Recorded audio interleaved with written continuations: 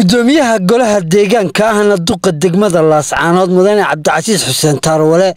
iyo waliba xogayaha fulinta dawladda hoose degmada Laascaanood ayaa maanta shir jiraayadooda jira ku qabtay xarunta dawladda hoose degmada Laascaanood iyagoo uga digay bulshooyinka magaalada Laascaanood inay ilaaliyaan nadaafadda iyo bilicda magaalada Laascaanood dhankalena xogayaha fulinta dawladda hoose degmada Laascaanood ayaa ugu baaqay bulshada ku dhaqan iyo waliba ganacsatada inay bixiyaan cashuurta waajibka ku ah si loogu qabto horumar. Bismillahir Rahmanir Rahiim. Alxamdulillaah rabbil caalamiin. Maanta shirkan jiraayad waxaan u qabanay inaanu dhowr arrimood inaan ku iclaamino saalo socotaan bariyahan magaalada waxa ka jiray olole bilicda lagu soo celinayo lagula dagaalamayo dadkan laamiyada iyo jidadka iyo dhulkan umada ka dhaxaysa qashinka dhiga ama biyaha ku shuba dadkaas la socotaan bariyahanba olole baan ku haynay waxaanu maanta media ugu mareynaa dadkii boqolkii 80 way joojiyeen maanta boqolkii 20 baa hadhay waxaan u sheegaynaa dadka liiskooda halkaas ku qoran yahay halka buu ku qoran yahay media han galinayna hebel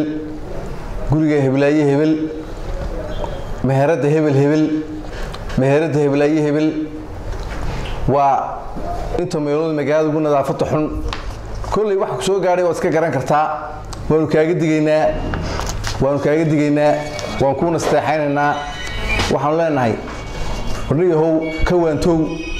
ama inay yahay ka waantow ama odayow ka waantow maanta kadib inaan media ku soo saarno baano hadhay guriga waa la calaamadinayaa ama meherada waxa lagu qorayaa inay nadaafadeena wacnayn kulli aadun baad bulshada iska takoori doona qodobkaas waa qodobka labaad dadka dhagxanta dhiga dariiqyada iyo wadooyinka waxaan iyana ugu digaynaa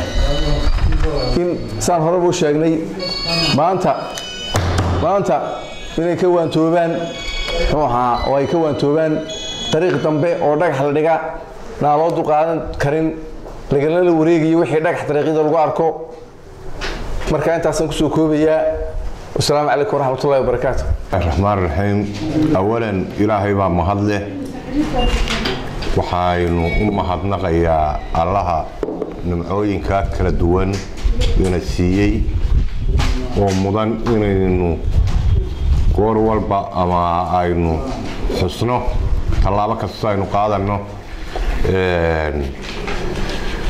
bil ka hor waxa aanu wadnay oo joogtano ah ololihii nadaafadda degmada Laascaanood taasoo labadii biloodba mar aanu magaalada koonayaasheeda iyo gudaheedaba campaign cleaner aynu ku sameyn jirnay iminkana wiigan bilaabmaysa insha Allah sida horeba loo sheegay waxa aanu ku celcelinay oo marar badan aanu sheegnay in bulshadu ay nadaafadeeda iyo caafimaadkeeda ilaaliso inaynu wada jir ka dawlad hoose ahaan iyo shacab ahaan aynu si midaysan wada jira wax uga qabsano waynu guryaheena u nadiifino kuwa baariga ah hadda sheegi mayna idinku haysta sheegina way iman doontaa sida la sheegay in goorow lagu qori doono gurigiisa ama meheradiisa taasna ay damage u keenaysaa ama ummadda u ka takooraan doono qofkaasi way iska cadahay tan labaad suuriyada banaanka laga qodayo waanu joojinay waanu madnuucnay waanu uga diganaa mar labaad iyo mar saddexaadba inaan suuriyo aan banaan laga qodi karayn inaan wadooyinka baraagaha la gelin karayn inaynu ka shaqeyno bilicda magaaladeena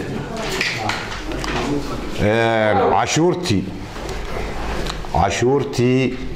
qof walba ama ganacsi walba ama guri walba haday fi ahayd iyo hadii ay tii kala ahayd cashuurtii way bilaabmaysaa dadka waxaan leenahay cashuurta bixi cashuur la'aan caafimaad ma jirayo oo amni jiri maayo oo nadiifin aanu qaadi karnaa ma jirayso waxa way wada socdaan dawladdu waxay ku shaqaysaa waa cashuurta shacabka iyaga waxaan soo barow bixiyaan leen kliiniga oo isna maalmaha fooda inagu soo haya biraabmaya sidii ay caadadu inoo ahayd baa in aynu dawladda hoose iyo wixii iskuulaadka iyo cid walba oo nagala qayb galaysa waanu ku soo dhaweynaynaa waxaan kale u sheegayaa gaadiidka iyo shirkadaha qashinka qaada inaanu sahamin iyo godad kale oo magaalada labada dabaylood waqtiga ay ka imanayaan aan ahayn oo simbabar ku yaala inaanu godadkii u leexinay oo aanay dadka oxygen ahaan ama miyiga ama meelaha kaleba aanay gaadhin iyo buco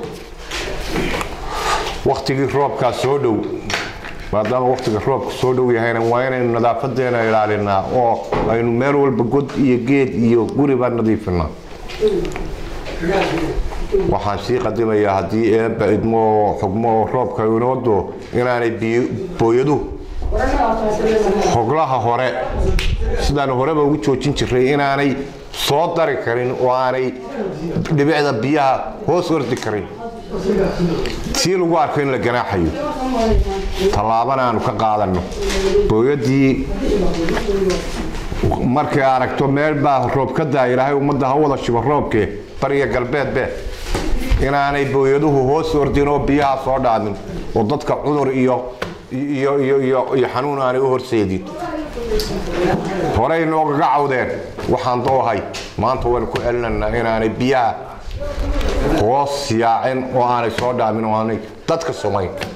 waan ku celinanaa ciddii hadalkaa dheg jira qusin weydana talaabaan ka qaadan